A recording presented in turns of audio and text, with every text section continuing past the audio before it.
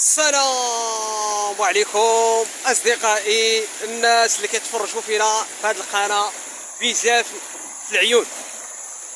هذه القناه ديجا هضرنا لكم، قلنا بانه غيكون فيها اخبار ديال الصحراء المغربيه، المواضيع ديال الصحراء المغربيه، وفي نفس الوقت الفيضان بالحسنيه. فهمنا هادشي اللي كاين. وطيرك يا الله وباهو تقول نفع، انت مالك وباهو تقول نفع. نتمنى الاعجاب ديالكم وساعدونا باش نوصلوا القناه 10000 متابع. غادي نشاركوا معكم هاد الواد اوريل. والله وخيرت فيكم. هلا واد اوريل ونزلت السحاب، وانتم تشوفوا هاد الواد الوصول هاد الواد. ومن لا وصل الواد وبزاف الله رقد، بزاف رقد بزاف، وما نفاق الا شبع الرقاد وخرج من الدار ويمشي على أرجيلته وذهب إلى واد ويصور واد. وترى ثلاثة اللغات تما، شي واحدين دابا ثلاثة اللغات، الدارجة الحسانية بالأمازيغية. ثلاثة شحيت اللاغين، ثلاثة شحيت تيساوان، ثلاثة اللغات هاي سوا لغ الفيديو. هي كما قلنا خوتي، هاد الواد وصل مع الفجر داز، ولكن هادشي اللي بقى فيه. كنعتذر لكم، راكم عارفين شهر رمضان كيكون صعب جدا في النطق. غنخليكم ومن بعد نرجعوا معكم من جديد ان شاء الله.